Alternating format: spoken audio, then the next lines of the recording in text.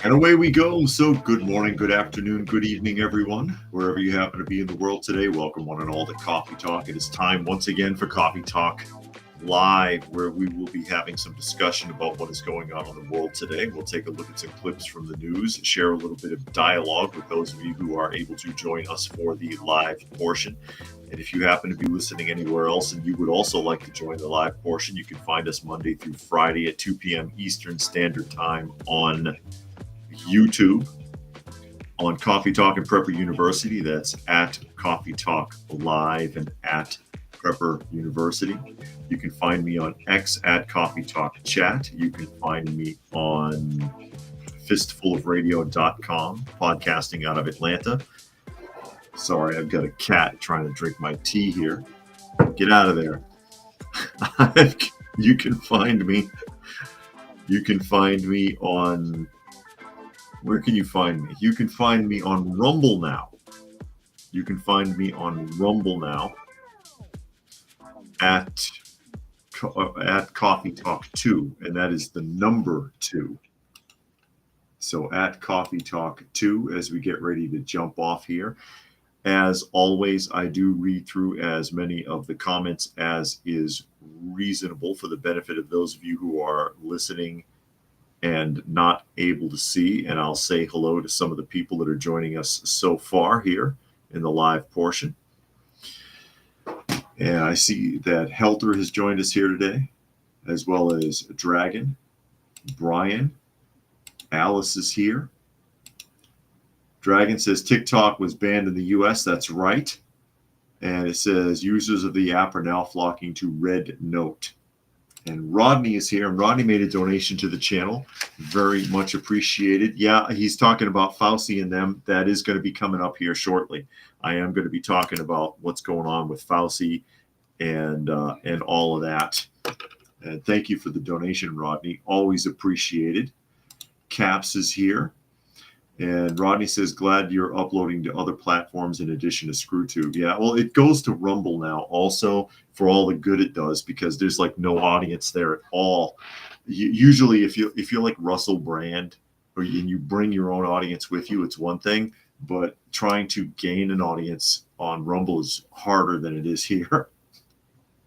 Harder than it is on YouTube. And I'll remind you, of course, if you happen to be watching the live portion on Rumble right now, anybody, I cannot see your comments. I can only see the comments for YouTube as we get ready to jump this off. And we're watching a big transition of power right now. A big transition of power, while the media, people in the media, still are trying to act like buy sliced bread, which I'm sure he at some point has claimed to have invented. But this has been a terrible 4 years. What I saw, what we went through with Obama was bad enough. And I sat there and I said, wow, this has got to be the worst president of my lifetime. And Biden sat there and said, hold my ice cream and let me show you what a bad president can do. And now we have seen, because it's been a disaster. 50 years in politics, and he really can't even demonstrate he did the job. Because from my perspective, I'm like, you don't have to make history. Everybody's all about making history. Oh, it's the first one to do this and that, and this is groundbreaking and making history. And I don't care. Just do your job. Just do your job. And he really can't even demonstrate that much. In 50 years of politics, 50 years of mismanagement, of failure, of corruption, it's embarrassing. It's embarrassing. I see Kimberly is here. And Caps reminds us it's Martin Luther King Day. Is it? Oh, yeah, that's right. Yeah, post office won't be running today. And Alice says TikTok was back after 12 hours. Didn't Trump offer them a stay of execution to sort themselves out? Because I know that there's the it's on the table, possibly for the American version to be sold to someone who hopefully will manage it better. And I see Jimmy has joined us here. But I mean, even in his farewell speech, Biden's farewell speech really kind of tells it all. He sits there and he warns about dark money in politics and oligarchy being formed in the United States and billionaires running everything. But then he hangs the Presidential Medal of Freedom around the neck of George Soros like 2 weeks ago. I guess it's only oligarchy and dark money when it's someone who's a billionaire who's not one of your buddies. Is that how it works? Whose son, Hunter Biden, oversaw an international influence peddling operation where he was getting a $50,000 a month salary from a Ukrainian energy corporation with no qualifications whatsoever, which was arranged by a cabal of influential oligarchs. But, we're going to warn about an oligarchy coming on because of Donald Trump. You've already been sitting in it.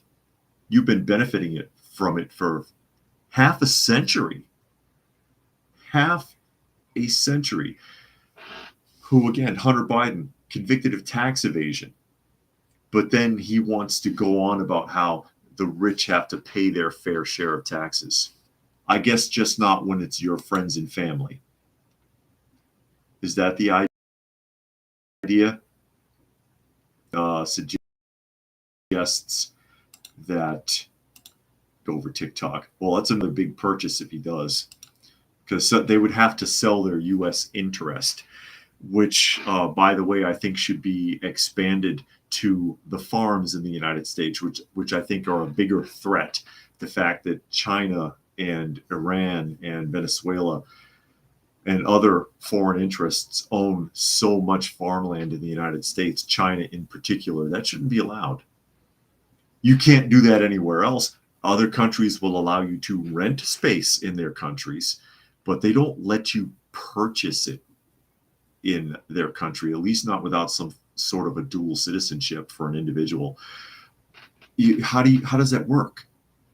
How does China come here, buy huge chunks of farmland and farm, which several of them, by the way, are coincidentally very close to military bases? That shouldn't be allowed. And the way to fix that, if anybody's listening, Elon, are you there? I seriously doubt Elon or Ramaswamy or anybody are listening to anything I'm saying. The way you fix that is you purchase it back by decree at fair market value, give them their money and send them packing, and then resell the property to American interests to recover some or all of what you spent. That's what you do. It's the same way most countries eliminated slavery, like in Europe, where they said, we're going to buy them all back from you from fair market value and then outlaw it. Well, you buy back all that farmland and then you outlaw foreign interests owning farmland in the United States. That's what you do. If anybody is going to do that, All People says Biden was merely a resident of the United States. Yes, the resident in chief.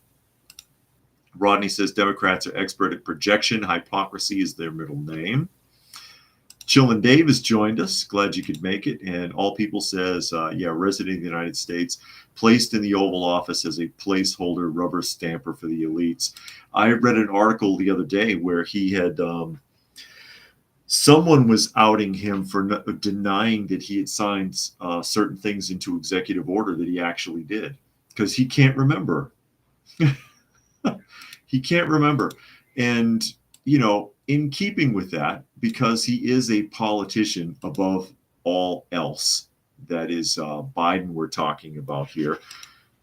I'll put this up for you here really quick. This is a video clip of Biden and Jill greeting Trump and his wife. It's a really short clip. It's only like less than a minute. You can't really hear it, but I will tell you what he said, because it really kind of cements the point. And Ladybug has joined us. Glad you could make it today. So there they are. Hopefully a commercial ad won't jump in here, but if it does, I'll try to grab it. You may not hear what he said, but I'll tell you.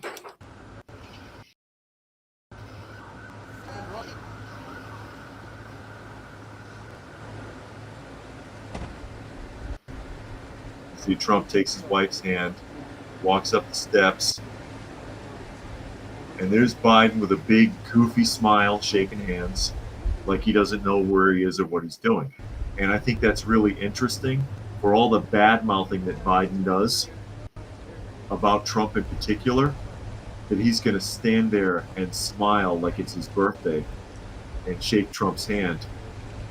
And if you could not hear what he said, now they stand for the photo op and they're going to turn around and walk in. And that's just tradition at the White House, that you know, incoming and outgoing presidents do that. But when Biden smiled and waved, he said, "Welcome home." Welcome home is what he said. And I'm like, I thought Trump was an evil bastard who was going to destroy the United States. Biden, I thought that's what you've been warning everybody about. You know, and I get that there's a tradition and a protocol by which you're supposed to greet at the doors to the White House, which they just did. You pose for a photo and you go on, right? So you say, good afternoon, and shake his hand and do your photo op. You don't kiss his ass by saying welcome home, if you really meant any of that. And D'Lo has joined us. And Rodney says, interesting that Trump is wearing a royal purple tie instead of his signature red. And now all people says Biden was the resident in thief. There you go. Resident in thief of the White House. And it just goes on and on. Honestly, the president who's leaving is far more interesting than the president who's coming in because of what he's gotten away with for 50 years. Yes, all people, he said, welcome home. I can try to play that clip again. It's very hard to catch what he's saying, and it's right at the beginning. It's like 10 seconds here. It's hard to pick up. I'll run it one more time. Maybe you can hear it. Right there. Did you catch it? And that's literally at the 3-second mark. One more.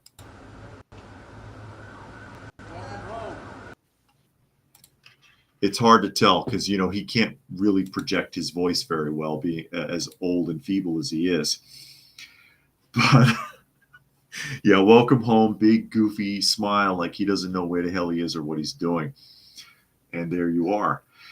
But again, it's because of, I mean, we're five decades, half a century as a politician. Dishonesty, corruption, hypocrisy, incompetence.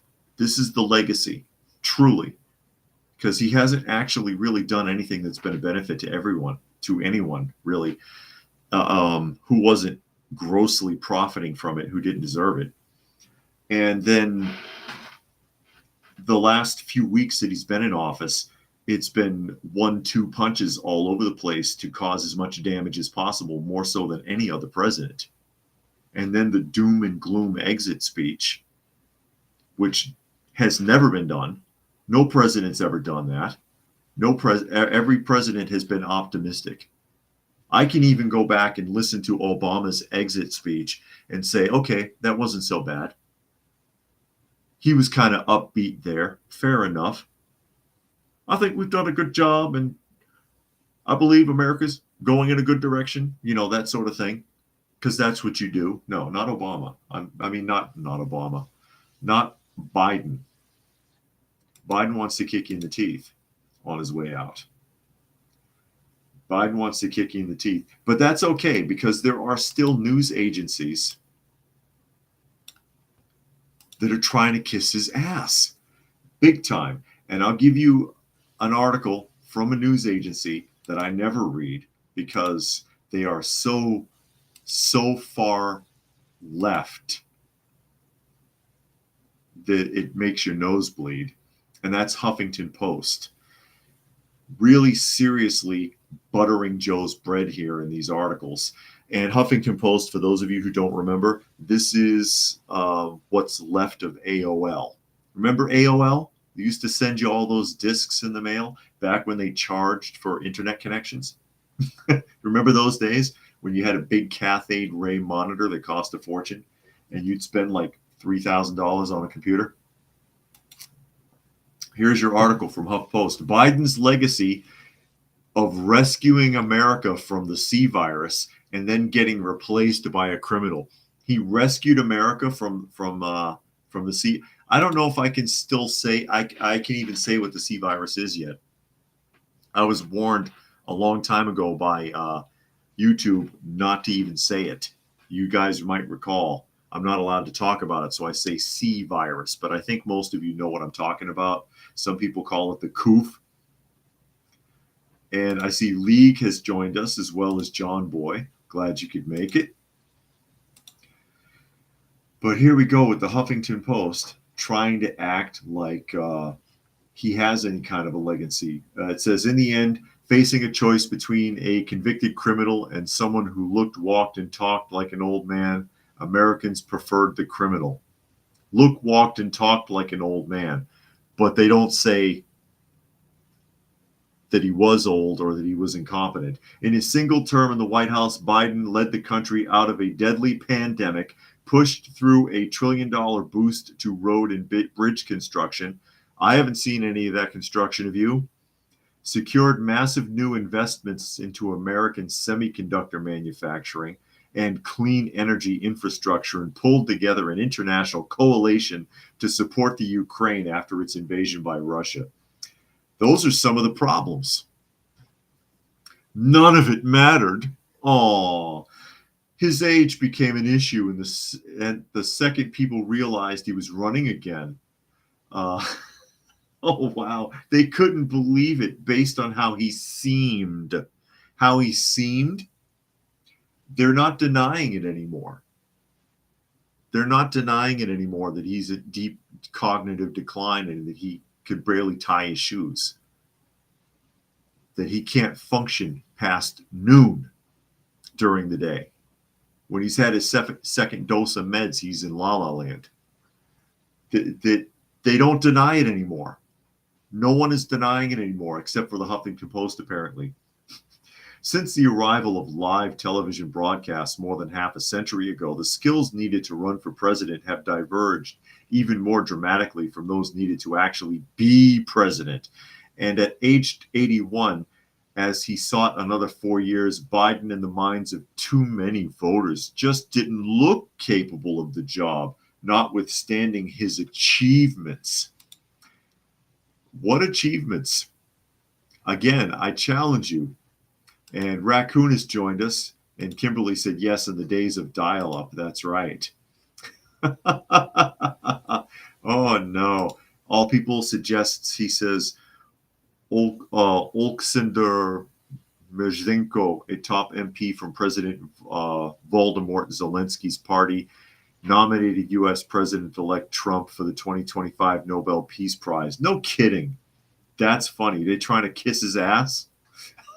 Is that how they're trying to suck up to Trump? The Nobel Peace Prize doesn't mean a damn thing anymore. Oh, wow. 4 months later, at a debate against Donald Trump, a weak and halting performance sealed that impression and finally led other Democratic leaders to pressure him to drop out as nominee. He exited the race the following month and immediately endorsed his vice president, Harris, who would go on to lose narrowly to Trump in November. She narrowly lost. It was neck and neck. Is that how you remember it? Huffington Post says she narrowly lost. I just read it right there. And for those of you who can't see, I do put the news articles up for people to look at. Narrowly lost by a hair. By a hair. How did that electoral college look? And he pulled down every swing state? and won the popular vote by more than a margin. Okay?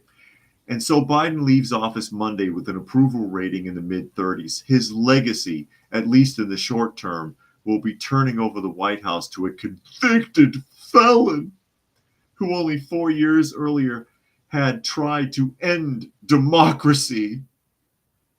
Oh, let me wipe a tear. By remaining in power despite losing re-election. I'm sorry. Didn't he leave the White House after he lost? Did he stay and I didn't know? An actual authoritarianism experts say meets the definition of a coup. Is this parody? Is this like Babylon B here? Oh my God, these people. And Paul says he achieved more racism in America. That's true. Yeah, Alice said Voldemort. Yes, I call Vladimir Zelensky Voldemort Zelensky. That's my little hook. Joe says America is free. It cost $1.05. But oh geez. It says Biden's term will end this way may be a function of how he got the job in the first place. When primary voters consolidated behind him in late 2020, it wasn't necessarily because they loved him as a candidate or were enamored of his proposals. Rather, he was seen as Democrats' best chance of defeating Trump, who after 3 chaotic years in office began his fourth by mismanaging the C virus pandemic, repeatedly downplaying its severity, for example, and promoting unproven drugs as cures, which, by the way, he was downplaying it, and that's what they're complaining about. But now, as we all know, all the experts are claiming it wasn't as bad as we were led to believe in the first place, and that was the mismanagement. So Trump had his thumb on the pulse there, because it wasn't as bad as we were led to believe. We were lied to and misled. Now we got Fauci sitting up before Congress in congressional hearings saying, yeah, well, we made most of it up because we didn't know what to do. I didn't see the Red Cross burning bodies in the street. Did you? Seriously. Again, this sounds almost like parody, but this is a real article from the Huffington Post. Oh my God. Wow. I mean, do I even bother to go on? It's embarrassing. It's embarrassing, but this, pointing out again, there are news agencies out there, really far left-leaning nosebleed section agencies that are still trying to stroke his ego and kiss his ass. All People says Nobel Prize Committee lost their respect forever when they gave Obama its prize for doing nothing more than being popular and famous. Yeah, well, Obama, I mean, basically he was given the prize for going around and apologizing to the rest of the world for America for things that didn't need to be apologized for. It was embarrassing is what it was. And Paul reminds us America is not a democracy. No, it's not. It's a constitutional republic. WCM says Trump was selected to further the real ID tracking system and fire the 6th generation human-to-human up. Is that what you mean by T-Man? And get the gold-backed digital money up and running. His words, beast system, ? Yeah, and All People, I'm getting to that too. As much as I want to talk about Trump, like I said, Biden's so-called legacy is far more interesting because of how worthless it's been and how much he's gotten away with, which is what this is right here. And I lost respect for, by the way, All People, for the Nobel Peace Prize Committee long before Obama. And I've talked about this before. It's when Al Gore won for his documentary video that he published. He had nothing to do with it, but his documentary video on global warming that A, was wildly inaccurate, and B, because of who he beat, because the other person that was up against him was a woman who had rescued some hundreds of children from occupied Germany during World War II, kidnapped, tortured, and never talked. And she was up. She was up against Al Gore, and Al Gore won. And I was like, oh, that's a load of shit, because that woman actually did something. And WCM says, yes, he means Trump. And 115 is here. He says, Obama drone struck kids. As we get on here, CNN article. This is what's been alluded to by a couple of people here. Biden issues preemptive pardons for Trump critics and Biden family members.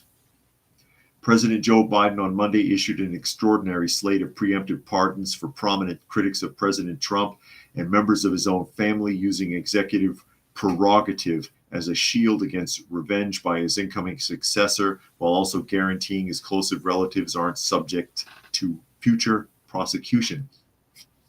So, clemency for General Mark Milley, Dr. Anthony Fauci, there he is, and members of Congress who served on the committee investigating January 6th, was announced early Monday morning. Later, minutes before Trump was to be inaugurated, Biden also issued pardons for members of his family, his brothers James and Frank, his sister Valerie, and their respective spouses. The pardons, coming in the final hours of Biden's presidency, amount to a stunning flex of presidential power that is unprecedented in recent presidential history. They serve to protect several outspoken critics of the incoming president, including former Republican Representative Liz Cheney, who Trump vowed retribution against. But they also protect Biden's close family members and potentially establish a precedent the new president could use to protect his own allies from criminal prosecution. Quote from Biden: "My family has been subjected to unrelenting attacks and threats motivated solely by a desire to hurt me.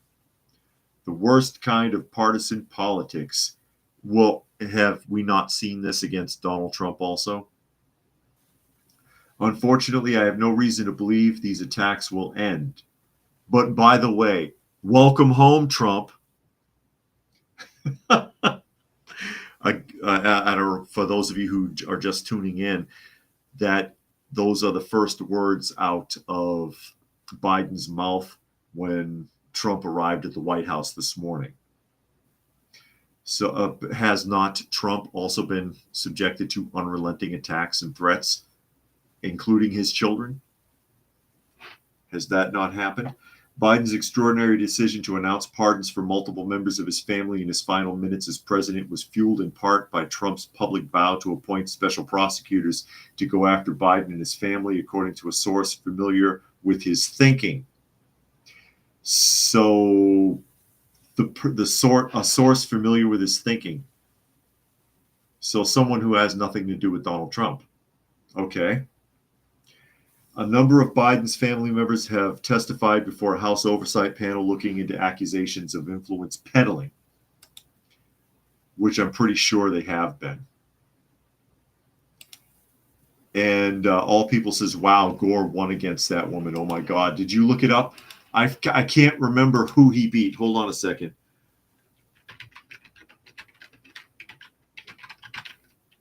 For the Nobel Peace Prize. I don't remember who it was off the top of my head.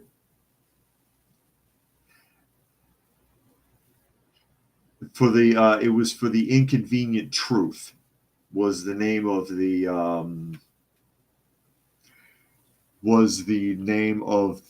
documentary, but the documentary was full of inaccuracies. It was full of inaccuracies. And I'm trying to remember the name of the woman. If anybody knows, they can go ahead and put it on the thing. And I could probably give you a better idea who she is. Yahweh is here. He says, happy Monday. Kimberly says, of course, he pardoned his family. I was about to ask you what you knew about that. Because it's interesting. I don't think you can do a preemptive pardon if there's been no criminal accusation. You know what I mean? So he's preemptively pardoning people. Fauci, his son, his brothers and sister, whoever. He's been giving preemptive pardons to people who have not yet been accused of a crime. And I don't think that will fly. I don't think that's going to fly. But, and I have something pulled up about that. And I want to read here really quickly. John says we need more. We need the Thundercats. that's who we need. Is the Thundercats. I don't remember who it was that he beat. I'm still thinking about Al Gore in the back of my mind here, trying to remember who it was that he went against with his Inconvenient Truth documentary. But let me see here. Preemptive. And I'll pull this up. And this is from a magazine called The Hindu. Thank you. Irene Helter got it. Says Irina Sendler. I couldn't remember. Could not remember her name. But it's fascinating. Absolutely fascinating. But she, again, Irina Sendler, had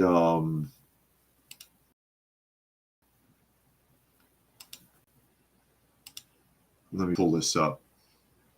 Irina Sendler, because that is important. And Al Gore beat this woman for the Nobel Peace Prize for a bullshit documentary that he didn't even do anything but produce. Wrong anyways. The information was wrong.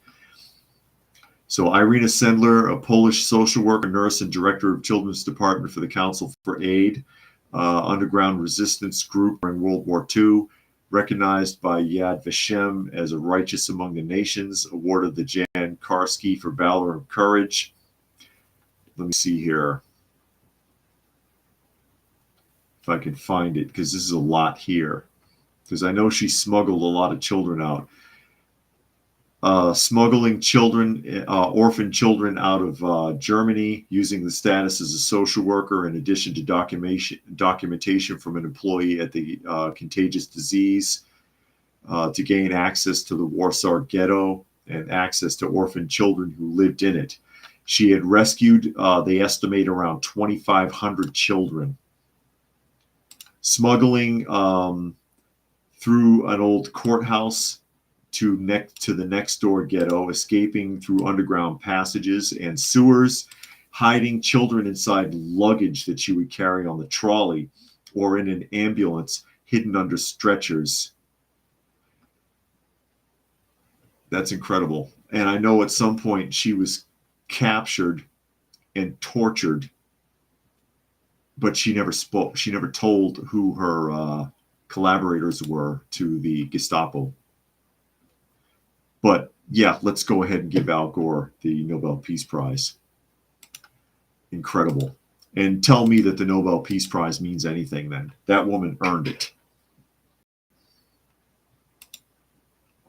But the Hindu, the thing about Biden, and it explains what a preemptive pardon actually is.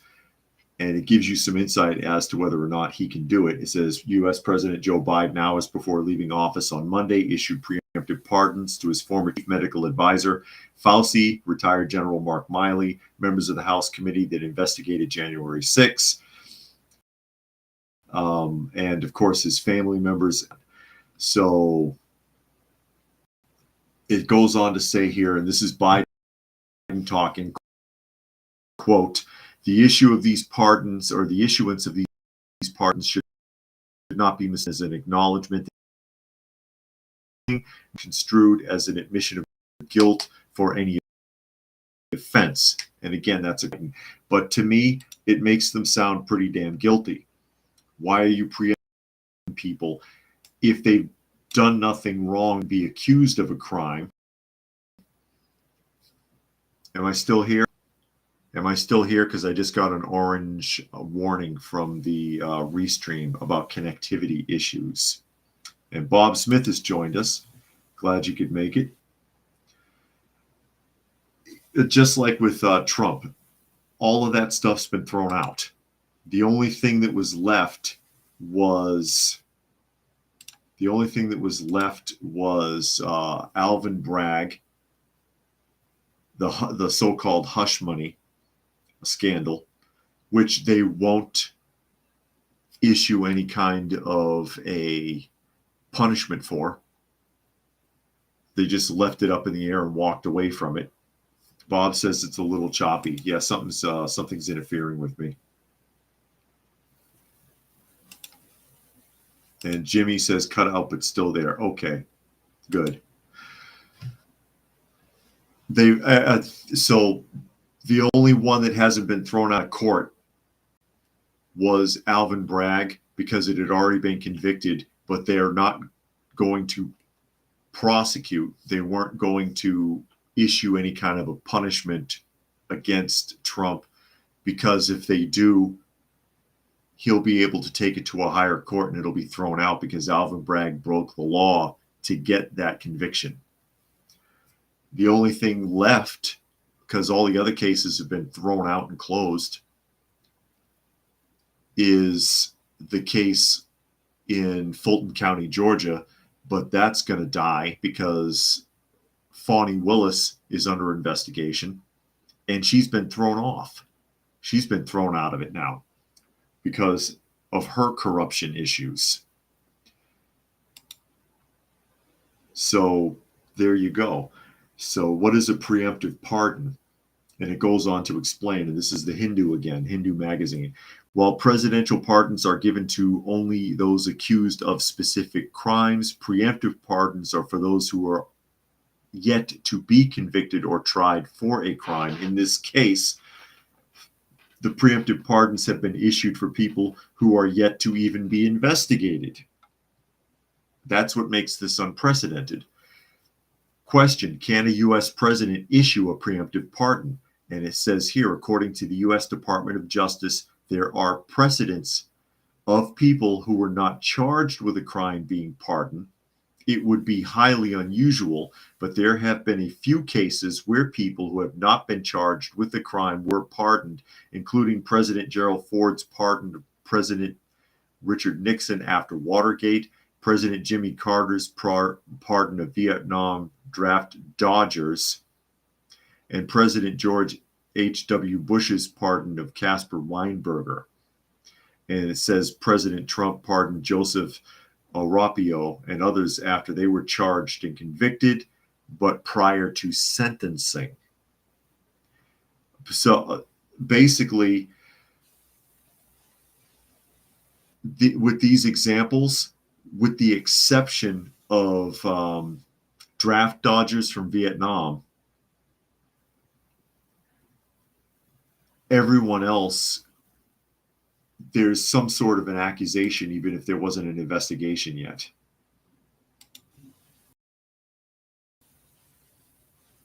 The draft dodgers would be the here as far as in the past, but then, he can just make it as president so that someone who had previously drafted dodged the draft, I said it backwards, during Vietnam, would no longer be hunted like a criminal. It's not quite the same thing. I don't know if what Biden did will fly. Also, because of his attacks on Trump, weaponizing the Department of Justice during his presidency, and now this kicks the door open for future presidents to do the same thing. And it brings us that much closer to being a banana republic.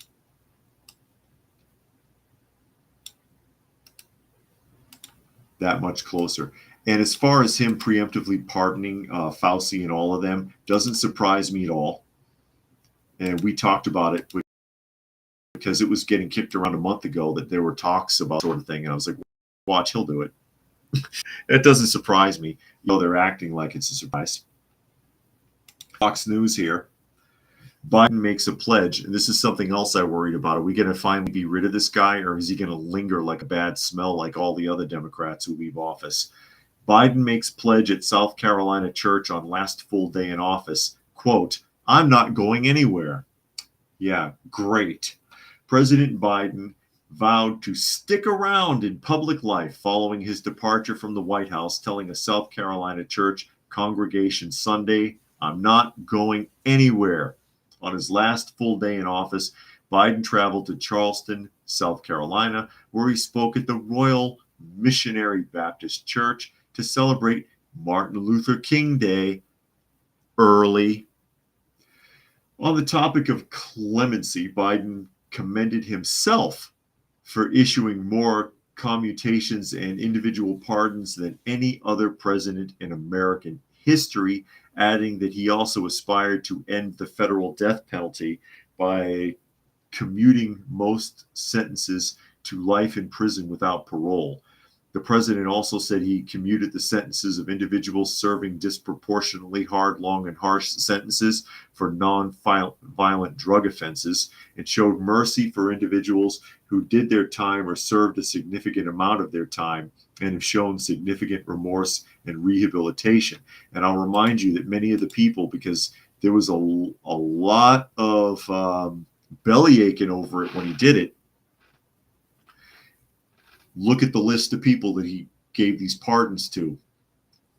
Frauds who committed Ponzi schemes and got away with millions and millions of dollars of innocent people's money. Politicians who were corrupt, who were caught and put in jail. Spies, Chinese nationals that were in prison for espionage. Some people who diddled with children were released. These are the people that we read all the complaints weeks ago in earlier podcasts. So yeah, okay, you pardon more people than anyone in history. Look at some of the people that you let go. And I am not against the death penalty, so I don't think that's he wants to see an end to federal death penalty. Can you do that? Isn't that a state's decision? Isn't that just more government overreach to try to force your hand that way? So he's in a Carolina church patting himself on the back about what a great guy he is, again, and saying he's not going anywhere.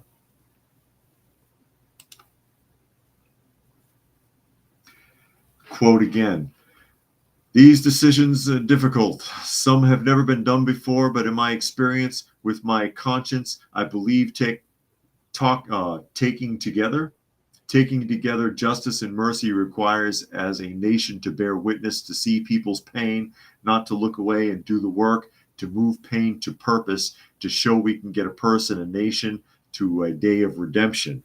We know the struggle to redeem the soul of this nation is difficult and ongoing." If only that were true. This is the shore between peril and possibility, but faith teaches us that the America of our dreams is always closer than we think, that the faith we must hold on to for Saturdays to come. We must hold on a hope. We must stay engaged, must always keep the faith in a better day to come. I'm not going anywhere. I'm not kidding. The people in South Carolina, thank you for keeping the faith. It's been an honor of my life to serve as your president. Yeah, sure. As I close out this journey with you, I'm just as passionate about our work as I was as a 29-year-old kid when I got elected. I'm in no ways tired. Oh yeah? He's not tired, he says. 50 years, folks. 50 years in office as your president. Bob says they thought the state had death penalty for state crimes, but the Fed had its own in federal cases. I'm not sure. I'm not sure how that divides up. But I am for the death penalty, provided that you are positive that person is guilty of that crime. And I'll point it out again that the purpose behind the death penalty is not as a deterrent to crime.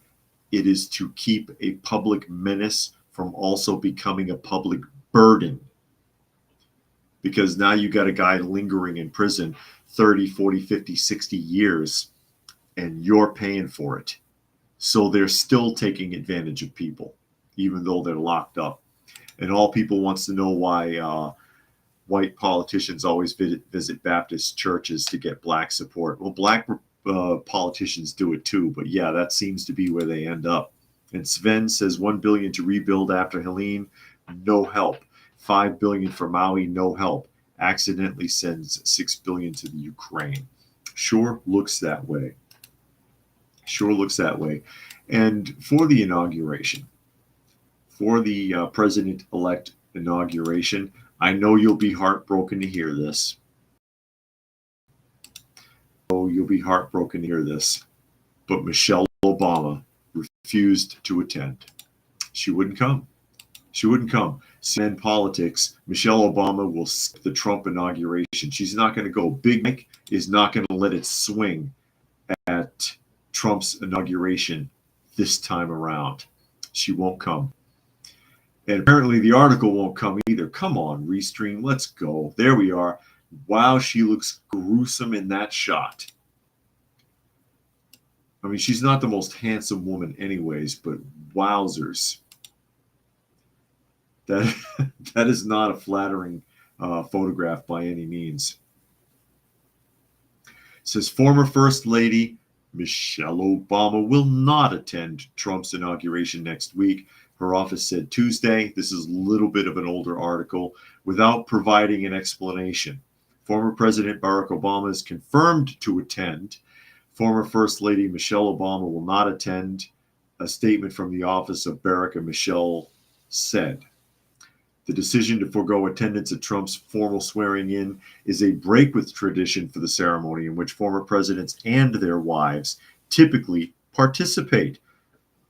Former President Bush and Laura Bush will attend, and sources familiar with CNN said former President Clinton and Hillary will be there. Ugh.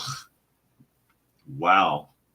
Michelle Obama also was not in attendance at a memorial service last week for former President Jimmy Carter, remaining in Hawaii instead. Must be nice. Former President Barack Obama attended the service at the National Cathedral in Washington, sitting next to Trump and engaging in animated conversation with him as the program was getting underway. Other former First Ladies, including Hillary Clinton and Laura Bush, attended Carter's event. Michelle has spoken openly about her animosity towards Trump, who she has accused of putting her family's safety in danger through his rhetoric. You mean the same way that Trump's family has been put in danger by a lot of the rhetoric coming from the media and from politicians? Sven said, should we say thank you to Michelle? Probably, because who cares if she's there? Oh, she's not going to come. We may as well not even do it now.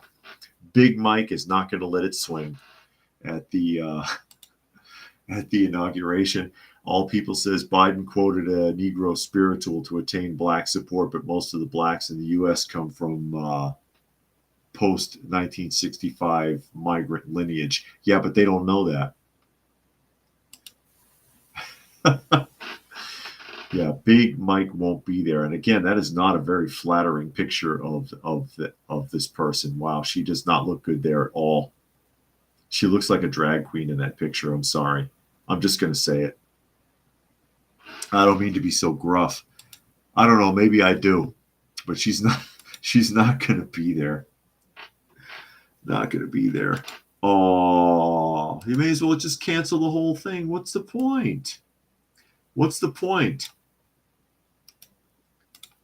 You know who else won't be there? The Pope. The Pope's not going to be there. The Pope don't like Trump. That's okay, because most people don't like the Pope either. But he's one to talk. You know what that makes me it makes me think of every time I hear of the Pope is Johnny Dangerously. Who remembers Johnny Dangerously? The film Johnny Dangerously. And there's a scene in it with Dom DeLuise, where there's a gangster. It's a comedy about a gangster, and he's saying, remember, I'm just an average working guy. I'm not a criminal at all. There's no criminal activity going on here. And then you hear a voice in the background say, yeah, and I'm the Pope. And he says, who said that? Who said that? And he turned around and he goes, oh, hey, Pope, how you doing? And it's Dom DeLuise dressed as the Pope. I know it's silly. I don't know if anyone remembers the film Johnny Dangerously, but here's the Pope condemning Trump. National Review. Pope Francis calls Trump's ambitious mass deportation plan a disgrace. You know you must be a disgrace if the most disgraceful Pope that we've had since World War II is calling you a disgrace. I don't know if he has the right to call anybody a disgrace. This has been one of a worst Pope in my lifetime. I'm not Catholic, and I don't believe in Catholicism, okay? But if you are Catholic, especially if you're a Catholic leader, you should do it right. He doesn't do it right. He's not doing Catholicism right. Not that Catholicism is necessarily right in the first place. Bob Smith remembers it. He says, remember, he had a bubblegum cigarette case. And Everyday Hero says, troll the Pope. Troll the Pope. And Sven says the Pope is an apostate. But, yeah, he doesn't do it right. This guy is nuts. And he contradicts anything and everything biblical. Not that other popes haven't. But he's the worst one in my lifetime. He says, wading into U.S. politics, Pope Francis called President-elect Trump's ambitious plan for deporting over 1 million illegal immigrants a disgrace. I'm sure that the medal that he got from Biden just recently has nothing to do with it, because he gave the Pope a medal too, along with George Soros and others.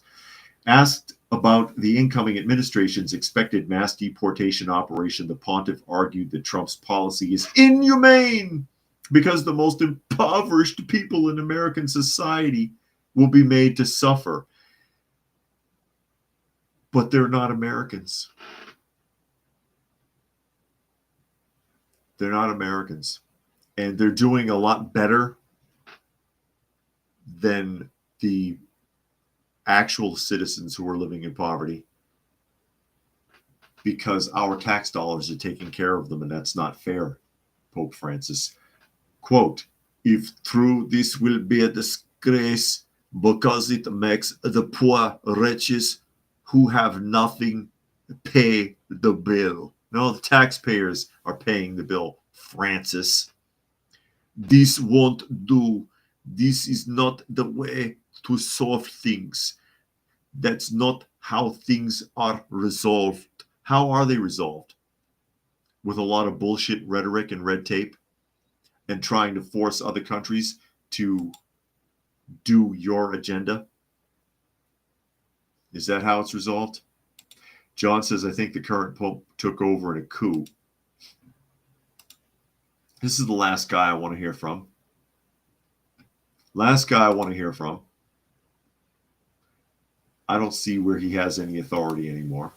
I don't see where people take him seriously. Who takes it seriously anymore? Getting away from the Pope is how you ended up with Protestants. I could see another massive divide. I could see another massive divide in the future in Catholicism because of how anti-Catholic and anti-Christian the current leadership is under the Pope. Time magazine. Trump is sworn in.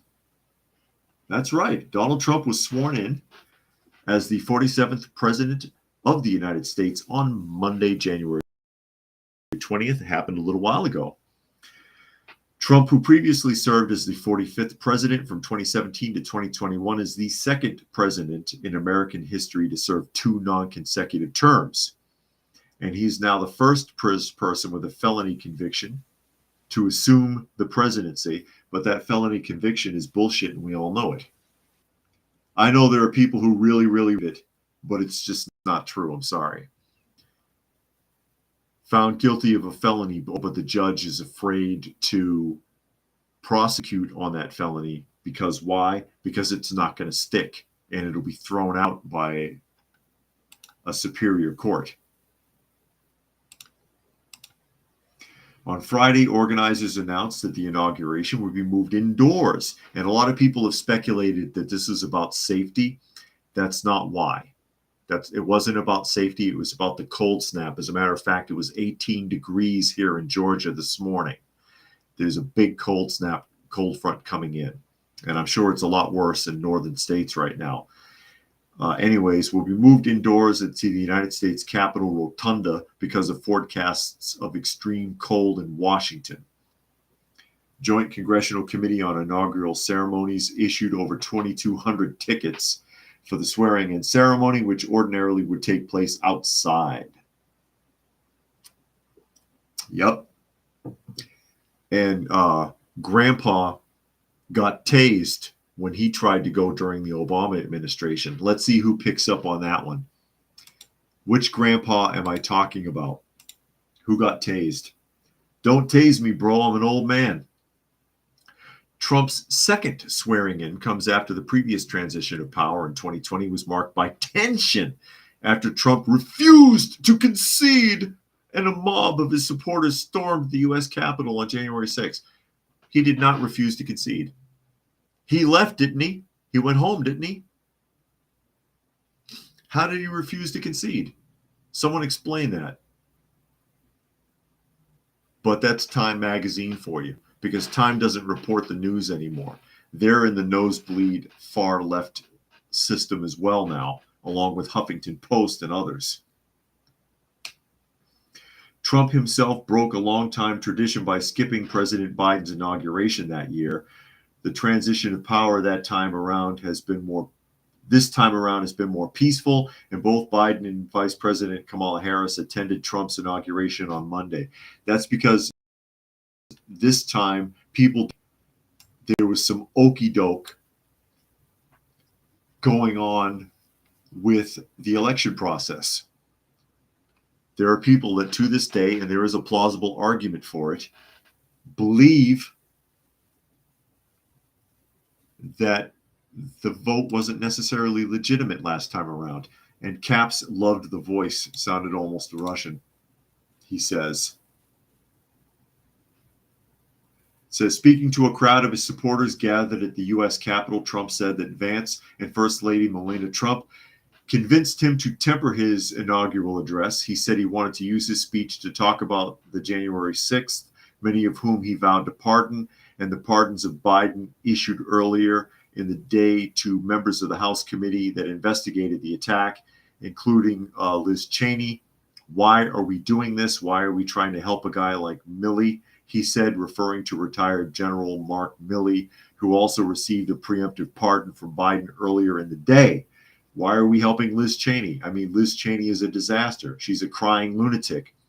I think this is a better speech than the one I made upstairs.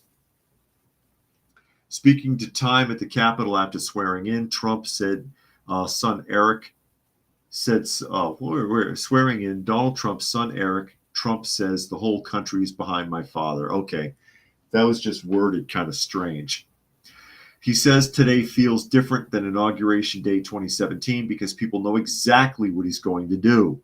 And he won so decisively. People wanted him back in power. They want America back. They want the movement to be successful, and everybody's on board. You saw people right behind me who weren't there 8 years ago, and now everybody's there. They want the best country, and they know the last 4 years have been a disaster.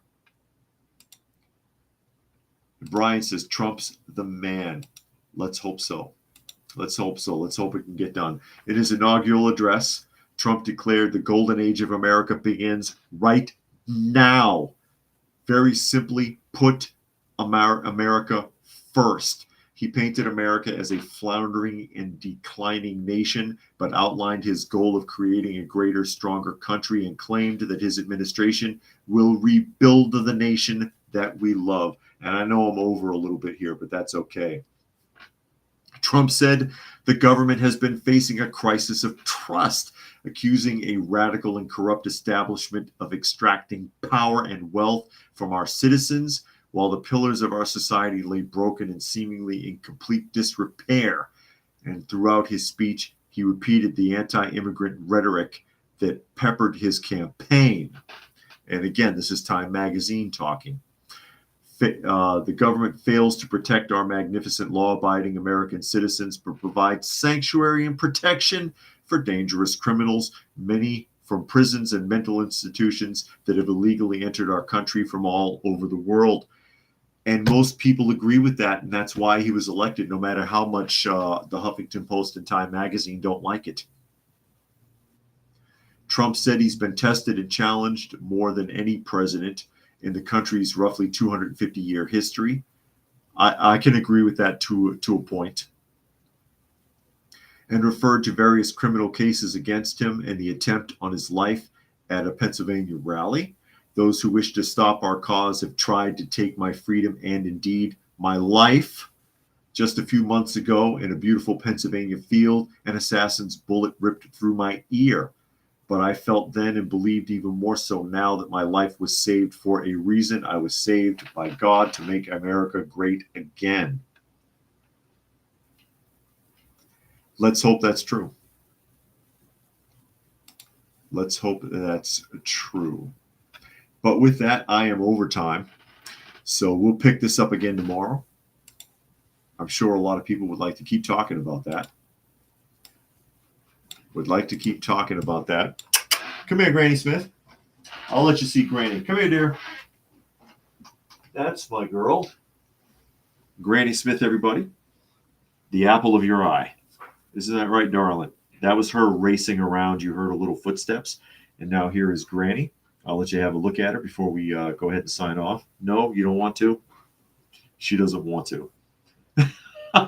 Anyways, you are listening to and or watching Coffee Talk, and you can find the live portion Monday through Friday at 2 p.m. Eastern Standard Time on YouTube, on Coffee Talk and Prepper University. You can find me on Rumble, and that is Coffee Talk 2 with the number 2. Although if you are watching live on Rumble, I cannot see your comments on Restream, and I can only see the comments that come in from YouTube. You can find me on X at Coffee Talk Chat. You can find me on fistfulofradio.com, podcasting out of Atlanta. Isn't that right, Miss Granny Smith? She's a sweetheart. She really is. Special thanks to Rodney, who made a donation to the channel today. Always appreciated. Goes a long way towards helping us with our shelter cats, like this one, who is now a permanent resident because she just does not want to leave and won't allow herself to be adopted. But that's okay. We love her anyway. So with that, thank you, everybody who was able to join us here today. As always, hope you got something out of the conversation. And we will catch you all again tomorrow.